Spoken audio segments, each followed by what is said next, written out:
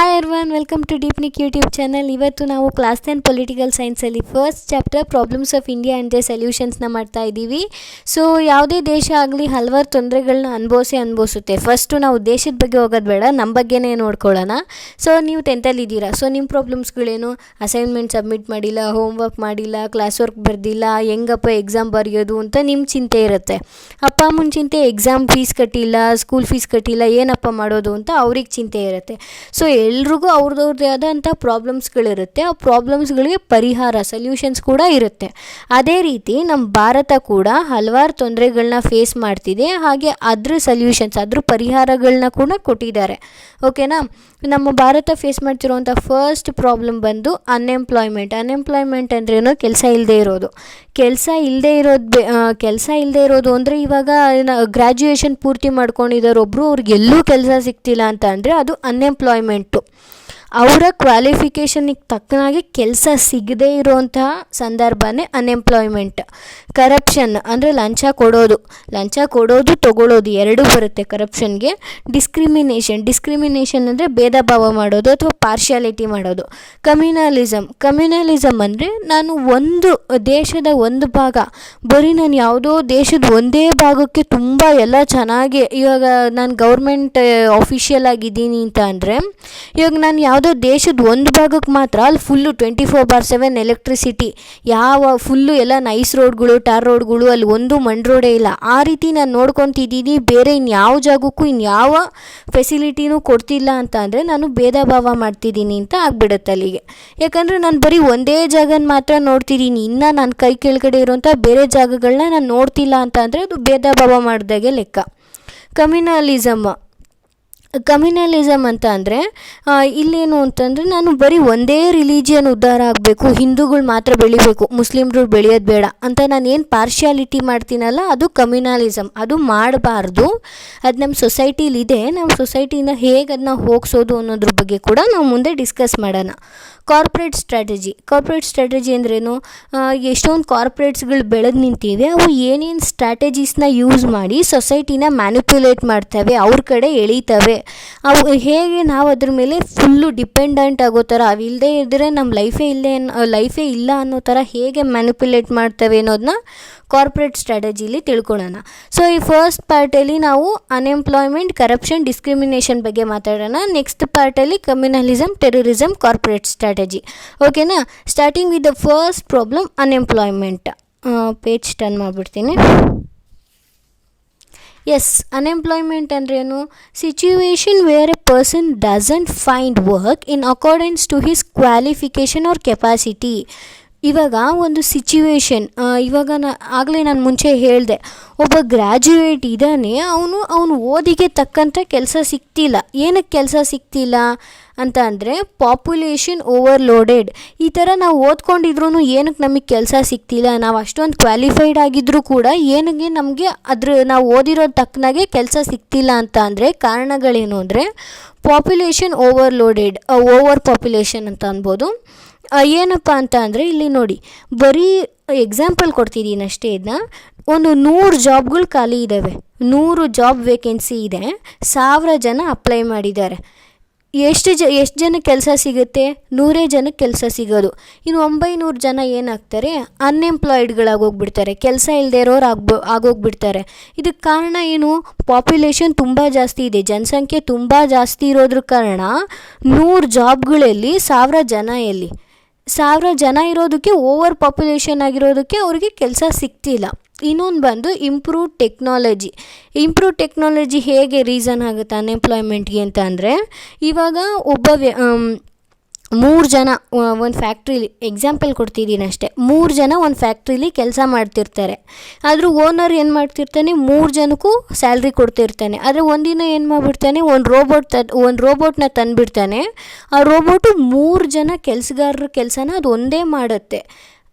So ಅದನ್ನ ತಂದಮೇಲೆ ಇವ್ರು 3 ಜನನ ಏನು ಮಾಡ್ತಾನೆ? ಕೆಲಸದಿಂದ ಕಿತ್ತಾಕ್ಬಿಡ್ತಾನೆ. ಅವ್ರು 3 ಜನ ಏನಾಗ್ತಾರೆ? ಅನ್ಎಂಪ್ಲಾಯ್ಡ್, ಕೆಲಸ ಇಲ್ಲದೆ ಇರೋರು ಆಗೋಗ್ಬಿಡ್ತಾರೆ.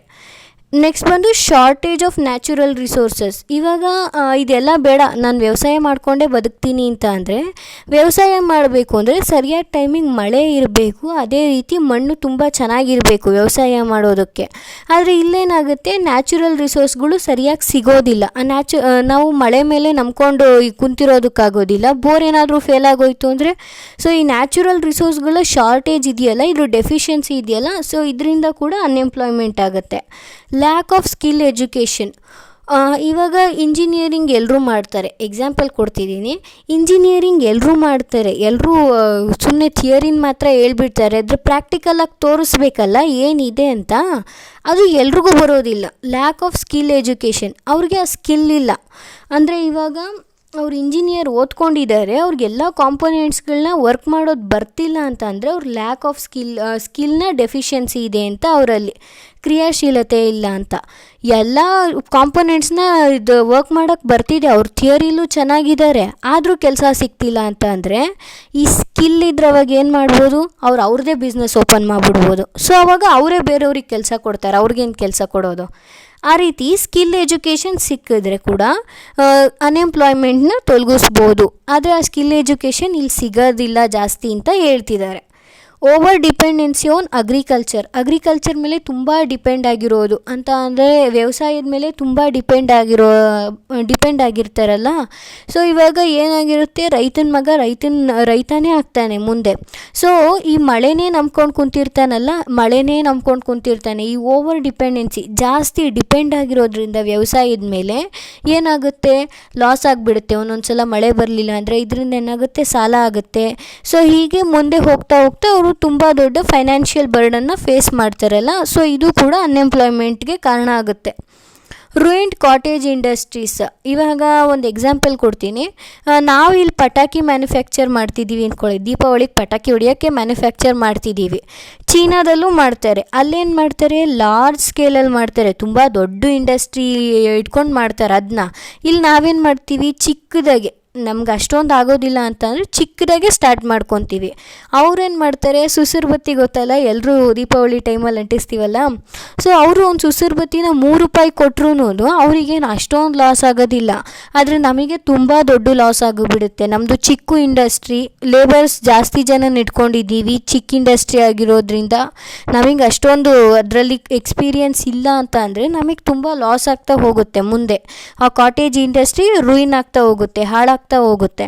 ಅದೇ ಲಾರ್ಜ್ ಸ್ಕೇಲಲ್ಲಿ ಮಾಡಿದ್ರೆ ಅಷ್ಟೊಂದು ವ್ಯತ್ಯಾಸ ಬೀಳೋದಿಲ್ಲ, ಎಲ್ಲಾದರೂ ಒಂದು ಕಡೆ ಮ್ಯಾನೇಜ್ ಆಗಿಬಿಡುತ್ತೆ. ಆದರೆ ಚಿಕ್ಕದಾಗಿ ಸ್ಟಾರ್ಟ್ ಮಾಡೋರಿಗೆ ಮ್ಯಾನೇಜ್ ಆಗೋದಿಲ್ಲ. ಸೊ ಈ ಗ್ಲೋಬಲೈಸ್ ಕಾಂಪಿಟೇಷನ್ ಇದೆ, ಅಂದರೆ ಪೂರ್ತಿ ಪ್ರಪಂಚ ಕಾಂಪೀಟ್ ಮಾಡುತ್ತೆ. ಚೀನಾದ ಅಷ್ಟು ದೊಡ್ಡ ಫ್ಯಾಕ್ಟ್ರಿಗಳಲ್ಲಿ ನಮ್ದು ಇಲ್ಲೊಂದು ಚಿಕ್ಕ ಅಂಗಡಿಯಲ್ಲಿ ಅದ್ರ ಮುಂದೆ ನಿಲ್ಲೋಕ್ಕಾಗೋದಿಲ್ಲ. ಸೊ ಇದರಿಂದ ಕೂಡ ಅನ್ಎಂಪ್ಲಾಯ್ಮೆಂಟ್ ಆಗ್ತಿದೆ. ಅವ್ರ ಮುಂದೆ ಲಾಸ್ ಫೇಸ್ ಮಾಡಿಬಿಟ್ಟು ಅವ್ರ ಕೆಲಸ ಕಳ್ಕೊತಾರೆ.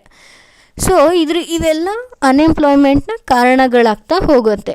ಪಾವರ್ಟಿ ರೇಟ್, ಬಡತನದ ರೇಟ್ ಎಷ್ಟು ಅಂತ ಅಂದರೆ 2011 ಸೆನ್ಸಸ್ ಪ್ರಕಾರ, 2011 ಮಾಡಿರೋ ಸೆನ್ಸಸ್ ಪ್ರಕಾರ ಬಡತನದ ರೇಟ್ ಬಂದು 21.9%, 21.9% ಬಡತನದ ರೇಟ್ ಬಂದಿದೆ.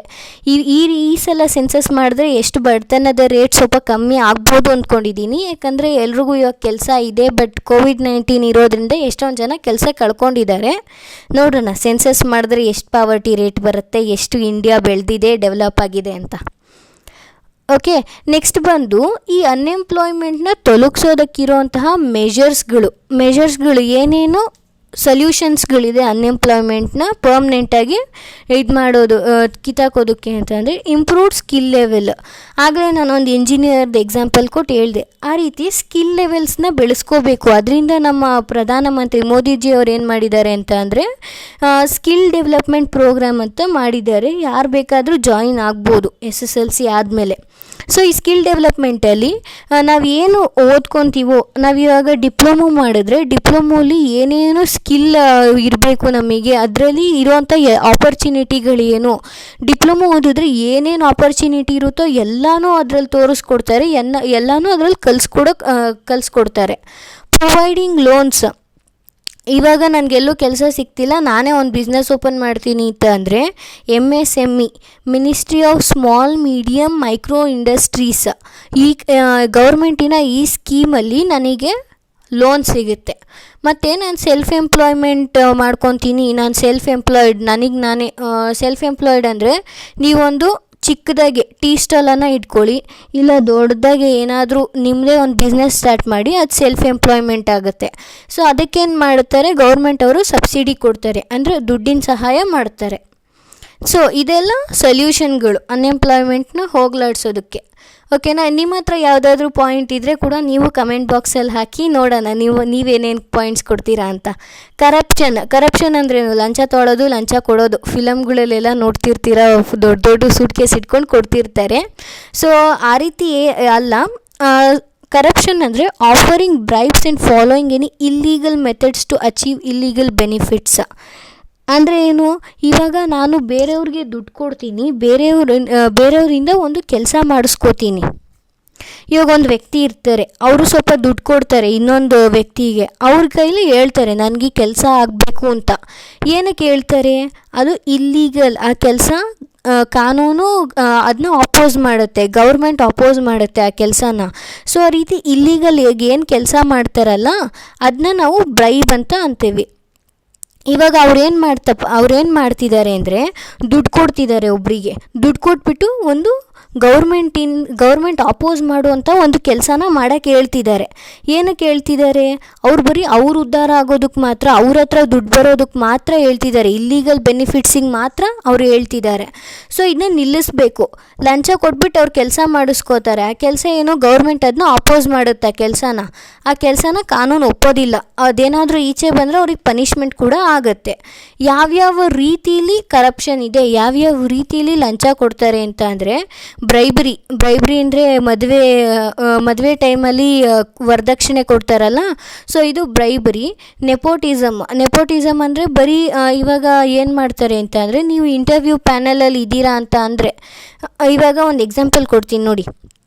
ನಿಮ್ಮ ತಂದೆ ಇಂಟರ್ವ್ಯೂ ಪ್ಯಾನಲಲ್ಲಿ ಕೆಲಸ ಮಾಡ್ತಾರೆ, ಯಾವುದೋ ಒಂದು ಕಂಪ್ನಿಯ ಇಂಟರ್ವ್ಯೂ ಮಾಡುವಂಥ ಕಮಿಟೀಲಿ ಕೆಲಸ ಮಾಡ್ತಾರೆ ಅಂತಂದರೆ, ನೀವಲ್ಲಿ ಕೆಲ್ಸಕ್ಕೆ ಹೋಗ್ತೀರಾ ಅಂದರೆ ನಿಮ್ಮ ತಂದೆ ಒಂಚೂರು ಅಲ್ಲಿರೋರಿಗೆಲ್ಲ ಹೇಳ್ತಾರೆ, ಇನ್ನು ನನ್ನ ಮಗ ಬರ್ತಿದ್ದಾನಪ್ಪ ಒಂಚೂರು ಹೆಲ್ಪ್ ಮಾಡ್ರಪ್ಪ ಅಂತ ಹೇಳ್ತಾರಲ್ಲ ಅವರು. ಸೊ ಅದು ನೆಪೋಟಿಸಮ್ಮು. ಅಂದರೆ ನನ್ನ ಮಗನ ಕೆಲಸ ಇನ್ನು ಬೇರೆ ಎಲಿಜಿಬಲ್ ಕ್ಯಾಂಡಿಡೇಟ್ಸ್ ಕೂಡ ಇರ್ತಾರಲ್ಲಿ, ಅವ್ರಿಗೆ ಸಪೋರ್ಟ್ ಮಾಡೋದಿಲ್ಲ, ನಿಮಗೆ ಮಾತ್ರ ಸಪೋರ್ಟ್ ಮಾಡ್ತಿದ್ದಾರೆ ಅಂದರೆ ಅದು ನೆಪೋಟಿಸಮ್ ಆಗುತ್ತೆ. ಫೇವ್ರೆಟಿಸಮ್, ಇನ್ನು ಒಂದು ಬೇರೆ ರೀತಿಲಿ ಹೇಳಬೇಕಂದ್ರೆ ಫೇವ್ರೆಟಿಸಮ್, ನನಗೆ ಅವ್ರು ಇಷ್ಟ ಅದಕ್ಕೆ ಅವ್ರಿಗೆ ಕೆಲಸ ಕೊಡಿ ಅಷ್ಟೇ, ಆ ರೀತಿ ಮಾಡೋದು ಫೇವ್ರೆಟಿಸಮ್ ಆಗೋಗುತ್ತೆ. Intentional slow down off work, ಕೆಲವು ಫ್ಯಾಕ್ಟ್ರಿಗಳಲ್ಲಿ ಸಡನ್ನಾಗಿ ಎಂಪ್ಲಾಯಿಗಳು ಕೆಲಸ ಮಾಡೋದು ಕಮ್ಮಿ ಆಗ್ತಾ ಹೋಗುತ್ತೆ, ಇದು ಕೂಡ ಒಂದು ರೀತಿಯ ಕರಪ್ಷನ್ ಆಗುತ್ತೆ, ಇದು ಕೂಡ ಒಂದು ರೀತಿಯ ಲಂಚ ತಗೊಳ್ಳೋದು ಕೊಡೋದು ಆಗುತ್ತೆ. ಟ್ಯಾಕ್ಸ್ ಏವಿಯೇಷನ್, ಗೌರ್ಮೆಂಟ್ ನಮಗೆ ಎಷ್ಟೊಂದು ಫೆಸಿಲಿಟೀಸ್ ಕೊಡ್ತಿದೆ, ಪೊಲೀಸರುಗಳಿಂದ ಪ್ರೊಟೆಕ್ಷನ್ ಕೊಡ್ತಿದೆ, ಆರ್ಮಿಯಿಂದ ಬೇರೆ ಯಾವ ದೇಶದವರು ದೇಶದ ಒಳಗಡೆ ಬಂದು ನಮ್ಮನ್ನು ಅಟ್ಯಾಕ್ ಮಾಡದೇ ಇರೋ ಥರ ಕಾಯ್ತಿದೆ. ಸೊ ಈ ರೀತಿ ಗೌರ್ಮೆಂಟ್ ಇಷ್ಟೊಂದು ಫೆಸಿಲಿಟೀಸ್ಗಳು, ಈ BBMP ಅವ್ರು ಎಷ್ಟು ಫೆಸಿಲಿಟಿ ಕೊಡ್ತಿದ್ದಾರೆ, KEB ಅವ್ರು ಎಷ್ಟು ಫೆಸಿಲಿಟಿ ಕೊಡ್ತಿದ್ದಾರೆ. ಸೊ ನಾವು ಅದಕ್ಕೆ ಏನು ಮಾಡಬೇಕು, ಅವರಿಗೆ ಟ್ಯಾಕ್ಸ್ ಕಟ್ಟಬೇಕು, ಇಷ್ಟು % ಟ್ಯಾಕ್ಸು. ಇವಾಗ ನಾನು ಆ್ಯನ್ಯುವಲಿ ಒಂದು ವರ್ಷಕ್ಕೆ ಎಷ್ಟು ದುಡಿತೀನಿ ಅನ್ನೋದ್ರ ಮೇಲೆ ಆ ಟ್ಯಾಕ್ಸ್ % ಡಿಸೈಡ್ ಮಾಡ್ತಾರೆ. ಆ ಟ್ಯಾಕ್ಸ್ನ ನಾನು ಕಟ್ಟಿದಲ್ಲಿ ಆ ದುಡ್ಡನ್ನೆಲ್ಲ ಹಾಗೆ ಇಕ್ಕೊಂಡೆ ಅಂತ ಅಂದರೆ ಆ ದುಡ್ಡು ಇಲ್ಲೀಗಲ್ ಆಗುತ್ತೆ. ಆಗ ಏನಾಗುತ್ತೆ, ಟ್ಯಾಕ್ಸ್ ಕಟ್ಟಲಿಲ್ಲ ಅಂದರೆ IT ರೈಡ್ ಆಗುತ್ತೆ. ಸೊ ನಾವು ಟ್ಯಾಕ್ಸ್ ಕಟ್ಟಿದ್ರೆ ದೇಶದ ಬೆಳವಣಿಗೆಗೆ ಸಹಾಯ ಮಾಡಿದೋಗಾಗುತ್ತೆ. ಸೊ ಎಲ್ಲರೂ ಟ್ಯಾಕ್ಸ್ ಕಟ್ಟಬೇಕು, ಓಕೆನಾ? ಇಲ್ಲೀಗಲ್ ಹೋರ್ಡಿಂಗ್ ಅಂದ್ರೇನು? ಅಕ್ರಮ ಆಸ್ತಿ ಅಂತ ಅಂದ್ರೇನು? ಇವಾಗ ನಾನು ಟ್ಯಾಕ್ಸ್ ಕಟ್ಟಿದಲ್ಲಿ ಏನೇನೆಲ್ಲ ಇಕ್ಕೊಂಡಿರ್ತೀನಲ್ಲ ಆಸ್ತಿನ ನನ್ನ ಹತ್ರ, ಅದೆಲ್ಲ ಇಲ್ಲೀಗಲ್ ಹೋರ್ಡಿಂಗ್ ಆಗುತ್ತೆ. ಅದು ಕಾನೂನು ಅದನ್ನ ಸಿಕ್ಕಿದ್ರೆ ಜಪ್ತಿ ಮಾಡುತ್ತೆ ಆ ಎಲ್ಲ ಪ್ರಾಪರ್ಟಿಗಳನ್ನು, ಅದು ಇಲ್ಲೀಗಲ್ ಹೋರ್ಡಿಂಗ್. ಸ್ಮಗ್ಲಿಂಗ್ ಅಂದ್ರೇನು?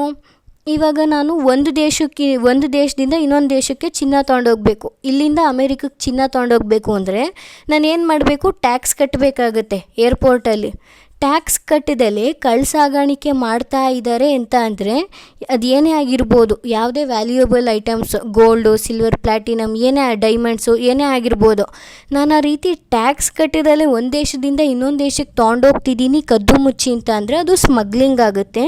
ಸ್ಮಗ್ಲಿಂಗ್ನ ಕಾನೂನು ಅಪೋಸ್ ಮಾಡುತ್ತೆ. ಇದರಿಂದ ಜೈಲು ಶಿಕ್ಷೆ ಆಗ್ಬೋದು, ನನಗೆ ತಕ್ಕ ಶಿಕ್ಷೆ ಆಗುತ್ತೆ ನಾನೇನಾದರೂ ಆ ರೀತಿ ಮಾಡಿದ್ರೆ. ಎಕನಾಮಿಕ್ ಅಫೆನ್ಸಸ್, ಇವಾಗ ದುಡ್ಡಲ್ಲಿ ಫ್ರಾಡ್ ಮಾಡುವಂಥ ಹೋಗೋದು. ಇವಾಗ ನೀವು ಎಷ್ಟೊಂದು ಕೇಸ್ಗಳನ್ನ ನೋಡಿರ್ತೀರ, ದುಡ್ಡನ್ನೇ ಡೂಪ್ಲಿಕೇಟ್ ಪ್ರಿಂಟ್ ಮಾಡ್ತಾರೆ, ಕೋಟಾ ನೋಟ್ ಮಾಡ್ತಾರೆ ಅಂತ. ಇವೆಲ್ಲ ಎಕನಾಮಿಕ್ ಅಫೆನ್ಸಸ್. ಈ ರೀತಿ ಮಾಡಿದ್ರೆ ಕಾನೂನು ಶಿಕ್ಷೆ ಕೊಡುತ್ತೆ. ಈ ರೀತಿ ಮಾಡೋದು ತಪ್ಪು. ಆ ರೀತಿ ದುಡ್ಡನ್ನೆಲ್ಲ ಪ್ರಿಂಟ್ ಮಾಡ್ತಾ ಹೋಗೋದು, ಅದ್ರ ಡೂಪ್ಲಿಕೇಟ್ಗಳನ್ನ ಅದನ್ನ ಮಾರ್ಕೆಟಿಗೆ ಬಿಡೋದು, ಅದು ತಪ್ಪಾಗುತ್ತೆ. ಚೀಟಿಂಗ್, ಯಾರಿಗಾನ ಮೋಸ ಮಾಡೋದು, ಯಾವುದೇ ರೀತಿಲಿ ಆಗಿರ್ಬೋದು. ಚೀಟಿಂಗ್, ಎಂಪ್ಲಾಯ್ ಚೀಟಿಂಗ್ ಜೊತೆಗೆ ಎಕ್ಸ್ಪ್ಲೇನ್ ಮಾಡಿಬಿಡ್ತೀನಿ. ಇವಾಗ ಒಂದು ಕಂಪ್ನಿ ಇರುತ್ತೆ ಅಂತ ಅಂದ್ಕೊಳ್ಳಿ, ಅದೊಂದು ಫೇಸ್ ಪೌಡರ್ ಮ್ಯಾನುಫ್ಯಾಕ್ಚರ್ ಮಾಡಿರುತ್ತೆ, ಮುಖಕ್ಕೆ ಹಾಕ್ಕೊಳ್ಳೋ ಪೌಡರ್ನ ಮ್ಯಾನುಫ್ಯಾಕ್ಚರ್ ಮಾಡಿರುತ್ತೆ. ಅದೇನು ಇನ್ನೊಂದು ಸ್ವಲ್ಪ ದಿನಗಳಲ್ಲಿ ಮಾರ್ಕೆಟಿಗೆ ಹೋಗಬೇಕು. ಆ ಟೈಮಲ್ಲಿ ಏನು ಮಾಡ್ತಾರೆ, ಆ ಕಂಪ್ನಿಲಿರೋಂಥ ಒಂದು ಎಂಪ್ಲಾಯ್ ಏನು ಮಾಡ್ತಾನೆ ಅಂದರೆ, ಆ ಫೇಸ್ ಪೌಡರ್ಗೆ ಇರೋಂಥ ಒಂದು ಫೇಸ್ ಪೌಡರ್ನ ಕದ್ಬಿಟ್ಟು ತೊಗೊಂಡೋಗಿ ಅವರ ಇನ್ನೊಂದು ಕಂಪ್ನಿಗೆ ಕೊಟ್ಬಿಡ್ತಾನೆ. ಆ ರೀತಿ ಅದರಿಂದ ಏನು ಪ್ರಾಬ್ಲಮ್ ಆಗುತ್ತೆ, ಒಂದು ಪೌಡ್ರ್ ತಾನೇ ಕದ್ಕೊಂಡ್ರೆ ಏನಾಗುತ್ತೆ ಅಂತ ಅಲ್ಲ. ಅದಿನ್ನು ಮಾರ್ಕೆಟಿಗೆ ಬಂದಿಲ್ಲ ಅಂದರೆ ಇನ್ನೊಂದು ಕಂಪ್ನಿ ಏನು ಮಾಡ್ಬೋದು, ಅದೇ ಥರದ್ದು ಮ್ಯಾನುಫ್ಯಾಕ್ಚರ್ ಮಾಡಿಬಿಟ್ಟು ಕೊಡ್ಬೋದು ಮಾರ್ಕೆಟ್ಗೆ. ಸೊ ಆ ರೀತಿ ಕೊಟ್ಟರೆ ಏನಾಗುತ್ತೆ, ಚೀಟಿಂಗ್ ಮಾಡ್ದಂಗೆ ಆಗುತ್ತೆ. ಇವರು ಯಾವ ರೀತಿ, ಈ ಕಂಪ್ನಿಯವರು ಯಾವ ರೀತಿ ಆ ಪೌಡ್ರನ್ನ ಪ್ರಿಪೇರ್ ಮಾಡಿರ್ತಾರೋ ಅದೇ ರೀತಿ ಕದ್ಬಿಟ್ಟು ಮಾಡಿಕೊಡ್ತಾರಲ್ಲ, ಅದು ಚೀಟಿಂಗ್ ಆಗೋಗ್ಬಿಡುತ್ತೆ, ಮೋಸ ಮಾಡೋದಾಗೋಗ್ಬಿಡುತ್ತೆ. ವಯಲೇಷನ್ ಆಫ್ ಇಂಟರ್ನ್ಯಾಷನಲ್ ಎಕ್ಸ್ಚೇಂಜ್, ಇವಾಗ ಒಂದು ದೇಶದ ಕರೆನ್ಸಿ ಇನ್ನೊಂದು ದೇಶದ ಕರೆನ್ಸಿ ಎರಡೂ ಎಕ್ಸ್ಚೇಂಜ್ ಆಗ್ತಾ ಇರಬೇಕು. ಬ್ಯಾಂಕಿಂಗ್ ಟ್ರಾನ್ಸಾಕ್ಷನ್ಸಲ್ಲಿ ಓದಿದ್ದೀರಾ, ಎಕ್ಸ್ಚೇಂಜ್, ಫಾರಿನ್ ಎಕ್ಸ್ಚೇಂಜ್ ಅಂತ. ಸೊ ಆ ರೀತಿ ಇಂಟರ್ನ್ಯಾಷನಲ್ ಎಕ್ಸ್ಚೇಂಜ್ಗೆ ಸಪೋರ್ಟ್ ಮಾಡಬೇಕು. ಅದನ್ನ ಅಪೋಸ್ ಮಾಡೋದು ಕೂಡ ಕ್ರೈಮ್ ಆಗುತ್ತೆ. ಸೊ ಇದಕ್ಕಿರುವಂಥ ಮೆಷರ್ಸ್ಗಳು ಏನೇನು ಸೊಲ್ಯೂಷನ್ಸ್ ಇದೆ ಕರಪ್ಷನ್ಗೆ ಅಂತ ಅಂದರೆ, ಇನ್ಸ್ಟಾಲಿಂಗ್ CCTV ಕ್ಯಾಮ್ರಾಸ್, ಎಲ್ಲ ಕಡೆ ಕ್ಯಾಮ್ರಾಗಳನ್ನ ಅಳವಡಿಸೋದ್ರಿಂದ ಏನಾಗುತ್ತೆ, ಅವ್ರೇನಾದರೂ ತಪ್ಪು ಮಾಡಿದ್ರೆ ಕೂಡ ಬೇಗ ಸಿಗಾಕೊತಾರೆ CCTV ಕ್ಯಾಮ್ರಾದಲ್ಲಿ. Work efficiency of government officials should increase, ಈ ಗೌರ್ಮೆಂಟ್ ಆಫೀಸರ್ಸ್ಗಳು ಏನಿರ್ತಾರಲ್ಲ, ಟ್ಯಾಕ್ಸ್ ಏವಿಯೇಷನ್ ಆದಾಗ ಅದ್ರ ಬಗ್ಗೆ ತನಿಖೆ ಮಾಡೋರು ITD ಯಾವ್ಯಾವುದು ಬರ್ಬೋದು, ಲೋಕಾಯುಕ್ತ, CBI, ಈ ಎಲ್ಲ ಗೌರ್ಮೆಂಟ್ ಆಫೀಷಿಯಲ್ಗಳ ವರ್ಕಿಂಗ್ ರೇಂಜು ಜಾಸ್ತಿ ಆಗಬೇಕು. ಅವ್ರು ಚೆನ್ನಾಗಿ ವರ್ಕ್ ಮಾಡಿದಷ್ಟು ಕಳ್ಳರು ಸಿಕ್ಕಾಕೋತಾರೆ. ಯಾರ್ಯಾರು ಗಿಲ್ಟಿ ಇರ್ತಾರೋ ಅವರೆಲ್ಲ ಸಿಕ್ಕಾಕೊಂಡಾಗ ಅವ್ರಿಗೆ ತಕ್ಕ ಪನಿಷ್ಮೆಂಟ್ ಆಗುತ್ತೆ. ಆ ರೀತಿ ಮೋಸ ಮಾಡೋರಿಗೆ ಪನಿಷ್ಮೆಂಟು ತುಂಬ ಕಷ್ಟಕರವಾಗಿರಬೇಕು. ಅವ್ರ ಮುಂದೆ ಇನ್ಯಾವತ್ತೂ ಆ ರೀತಿ ತಪ್ಪು ಮಾಡಬಾರ್ದು ಕೂಡ. Hard punishment should be given, ಕಠಿಣವಾದ ಶಿಕ್ಷೆ ಕೊಟ್ಟರೆ ಮುಂದೆ ಅವ್ರು ಮಾಡೋದಿಲ್ಲ ಆ ರೀತಿ.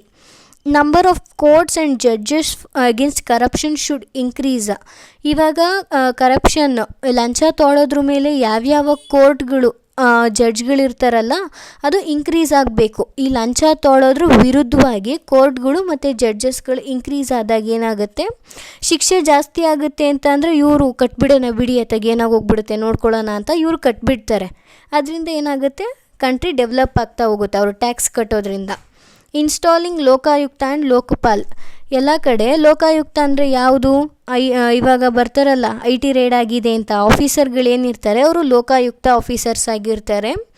ಸೆಂಟ್ರಲ್ ಗೌರ್ಮೆಂಟ್ ಕಡೆಯಿಂದ ಬರೋರು ಲೋಕಪಾಲ್ ಆಗಿರ್ತಾರೆ. ಜಾಸ್ತಿ ಆಫೀಸರ್ಸ್ ಇದ್ದಷ್ಟು ಜಾಸ್ತಿ ಅವರು ತನಿಖೆ ಮಾಡಿದಾಗೆ ಸಿಕ್ಕಾಕೋತಾರೆ, ಯಾರ್ಯಾರು ಕರಪ್ಷನ್ ಮಾಡಿದಾರೋ ಅವರೆಲ್ಲ.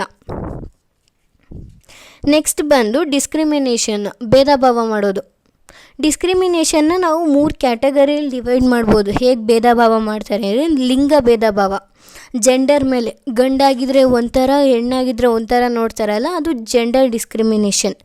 ಕ್ಯಾಸ್ಟ್ ಡಿಸ್ಕ್ರಿಮಿನೇಷನ್, ಜಾತಿ ಮೇಲೆ ಡಿಸ್ಕ್ರಿಮಿನೇಷನ್ ಮಾಡೋದು. ರಿಲಿಜಿಯನ್, ಧರ್ಮದ ಮೇಲೆ ಡಿಸ್ಕ್ರಿಮಿನೇಷನ್ ಮಾಡೋದು. ಏನು ಕ್ಯಾಸ್ಟು ರಿಲಿಜಿಯನ್ ಡಿಫ್ರೆನ್ಸ್ ಅಂತಂದರೆ, ರಿಲಿಜಿಯನ್ ಅಂದರೆ ಅದ್ರಲ್ಲಿ ಹಿಂದೂ, ಮುಸ್ಲಿಮ್, ಕ್ರಿಶ್ಚಿಯನ್ಸ್ ಬರ್ತಾರೆ. ಆ ಹಿಂದೂಗಳಲ್ಲಿ ಇನ್ನೂ ಯಾವ್ಯಾವುದು ಸಬ್ ಕ್ಯಾಟಗರೀಸ್ ಇದೆಯಲ್ಲ ಅದು ಕ್ಯಾಸ್ಟ್ಗಳಲ್ಲಿ ಬರುತ್ತೆ. ಜೆಂಡರಲ್ಲಿ ಏನು ಅಂದರೆ, reservations are given in education and employment, reservation ಕೊಡ್ತಾರೆ. ಮುಂಚೆ ಎಲ್ಲ ಹೆಣ್ಮಕ್ಳನ್ನ ಈಚೆ ಹೋಗೋಕ್ಕೆ ಬಿಡ್ತಿರ್ಲಿಲ್ಲ, ಬುರ್ಕಾ ಪದ್ಧತಿ ಇತ್ತು. ಸೊ ಈ ರೀತಿ ಹೆಣ್ಣಿಗೆ ಹಲವಾರು ರೀತಿಯ ತೊಂದರೆಗಳಾಗ್ತಿದ್ದರಿಂದ ಹೆಣ್ಣು ಇನ್ನೂ ಬೆಳಿಬೇಕು ಸಮಾಜದಲ್ಲಿ, ಅವು ಒಳ್ಳೆ ಹೆಸರು ತೊಗೊಬೇಕು ಅನ್ನೋ ಇದರಿಂದ ಏನು ಮಾಡಿದೆ ಗೌರ್ಮೆಂಟ್ ಅವರಿಗೆ ಇಷ್ಟು % ರಿಸರ್ವೇಷನ್ ಅಂತ ಎಜುಕೇಷನಲ್ಲೂ ಕೊಟ್ಟಿದೆ, ಎಂಪ್ಲಾಯ್ಮೆಂಟಲ್ಲೂ ಇಷ್ಟು ರಿಸರ್ವೇಷನ್ ಅಂತ ಕೊಟ್ಟಿದೆ. ರಿಸರ್ವೇಷನ್ ಇನ್ ಲೋಕಲ್ ಎಲೆಕ್ಷನ್ಗಳಲ್ಲಿ ರಿಸರ್ವೇಷನ್ ಮಾಡಿಕೊಟ್ಟಿದೆ ಸೆಂಟ್ರಲ್ ಗೌರ್ಮೆಂಟು. ಇಷ್ಟು 1/3 ಸೀಟ್ಗಳು ಹೆಣ್ಮಕ್ಳಿಗೆ ಅಂತಲೇ ರಿಸರ್ವ್ ಮಾಡ್ಕೊಂಡು ಇಕ್ಕಿರ್ತಾರೆ. In Karnataka reservation in local election is 50%.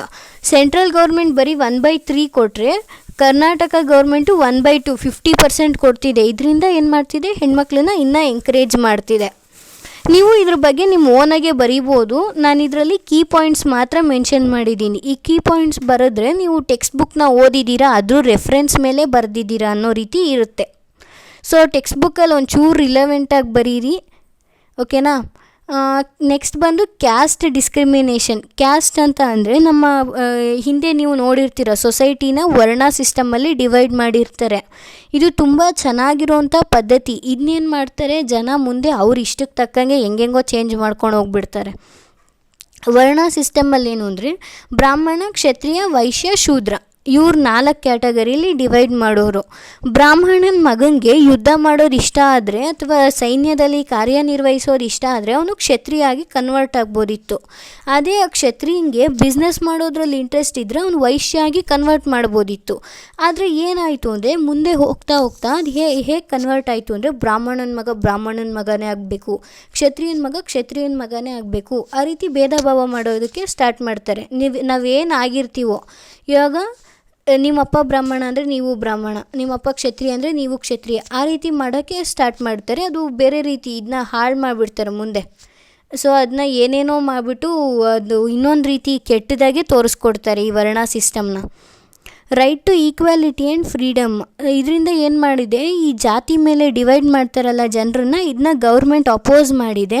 ಅದಕ್ಕೆ ಒಂದು ರೈಟ್ನ ಕೊಟ್ಟಿದೆ, ಒಂದು ಹಕ್ಕನ್ನ ಕೊಟ್ಟಿದೆ ಜನರಿಗೆ. Right to equality and freedom. ಎಲ್ಲ ಜನನೂ ಈಕ್ವಲ್, ಎಲ್ರಿಗೂ ಅವ್ರದ್ದೇ ಆದಂಥ ಸ್ವಾತಂತ್ರ್ಯ ಇದೆ.